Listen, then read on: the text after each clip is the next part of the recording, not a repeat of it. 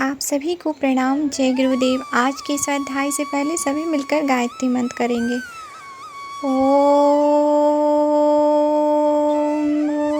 भूर्भुवः स्वः तत्सवितुर्वरेण्यं भर्गो देवस्य धीमहि धियो यो नः प्रचोदयात्। आज का विषय है उपासना को दैनिक जीवन में स्थान मिले। आस्तिकता की मान्यताओं को सुस्थिर रखने के लिए उपासना की अनिवार्यता आवश्यक है।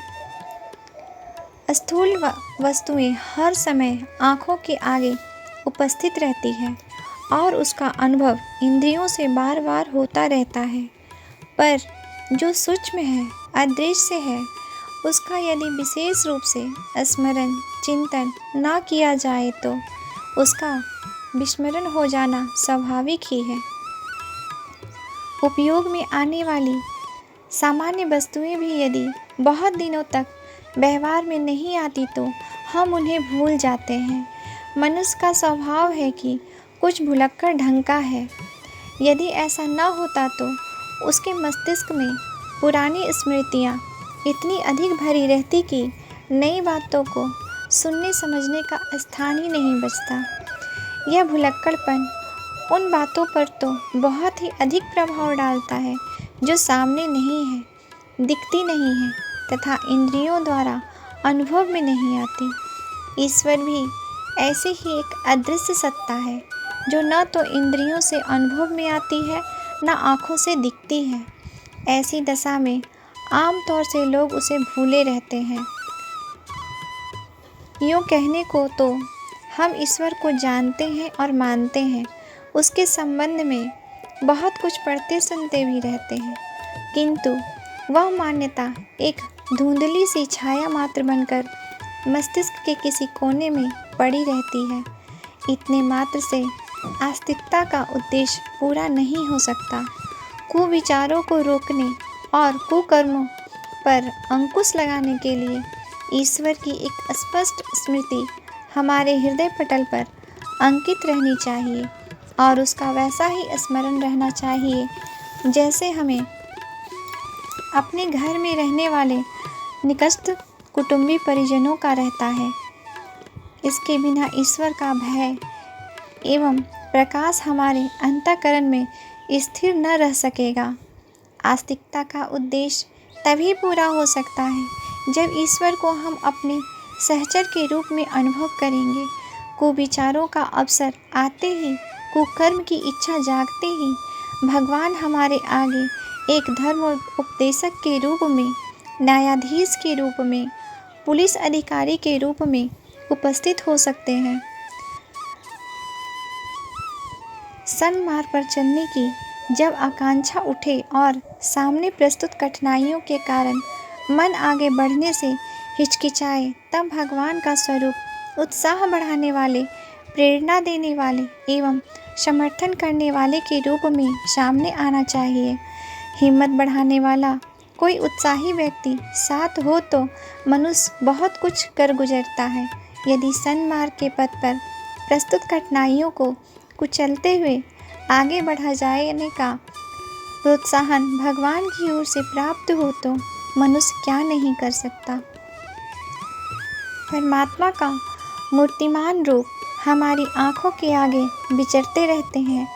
वह अदृश्य सत्ता सामने साकार रूप में प्रस्तुत परिलक्षित दिखे, तभी यह संभव है कि अधर्म का परित्याग कर धर्म को दृढ़तापूर्वक पकड़े रहने के लिए हमारी मनोभूमि खरी उतरे।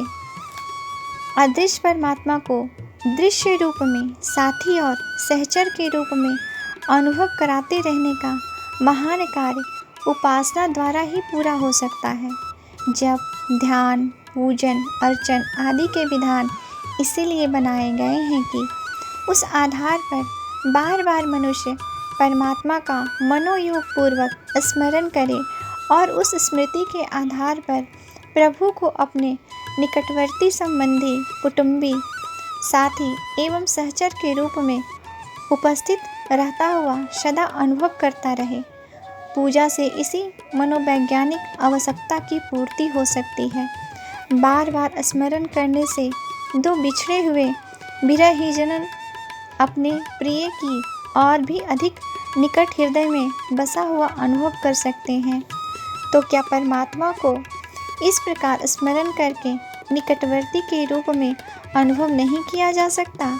यदि हम अपने प्रियतम को निरंतर साथ रहते अनुभव कर सके तो पापों से बचे रहना और पुण्य प्रयत्नों में संलग्न रहना तो सहज ही हो जाएगा। साथ ही हम निर्भय, निश्चिंत, आशावादी और उत्साही भी रहेंगे। जिसके साथ परमात्मा जैसी शक्ति है वह किसी से क्यों डरेगा?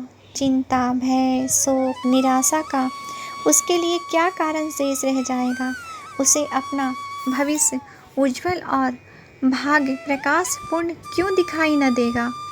ऐसे व्यक्ति बुरी परिस्थितियों को क्षणिक एवं अपने सुधार के लिए लगी हुई एक हल्की चपत मानकर सदा प्रफुल्लित, संतुष्ट और आनंदित ही रह सकता है। जब परमात्मा सत्य है, शिव है, सुंदर है, तो उसके उपासक का स्वरूप भी वैसा ही क्यों न होगा?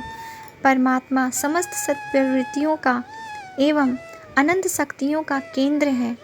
जीव अंत में विभु बना सकता है तो उसे अपने सामने एक आदर्श उपस्थित रखना होगा। बड़ी बड़ी इमारतें बनाने वाले इंजीनियर पहले उसका नक्शा या मॉडल बनाते हैं और उसी के आधार पर अपना निर्माण कार्य प्रारंभ करते हैं। हम अग्रगामी होना चाहते हैं, आत्मा को परमात्मा के रूप में, मानव को महामानव के रूप में, विश्व मानव के रूप में परिणित करना चाहते हैं, तो आवश्यक है कि उसके लिए कोई नक्शा या मॉडल सामने हो। सत्यचिद आनंद स्वरूप परमात्मा ऐसा ही आधार है जिसको निहारते हुए हम अपनी प्रगति का कार्यक्रम तैयार कर सकते हैं। आज के लिए यहीं तक। आप सभी को प्रणाम। जय गुरुदेव।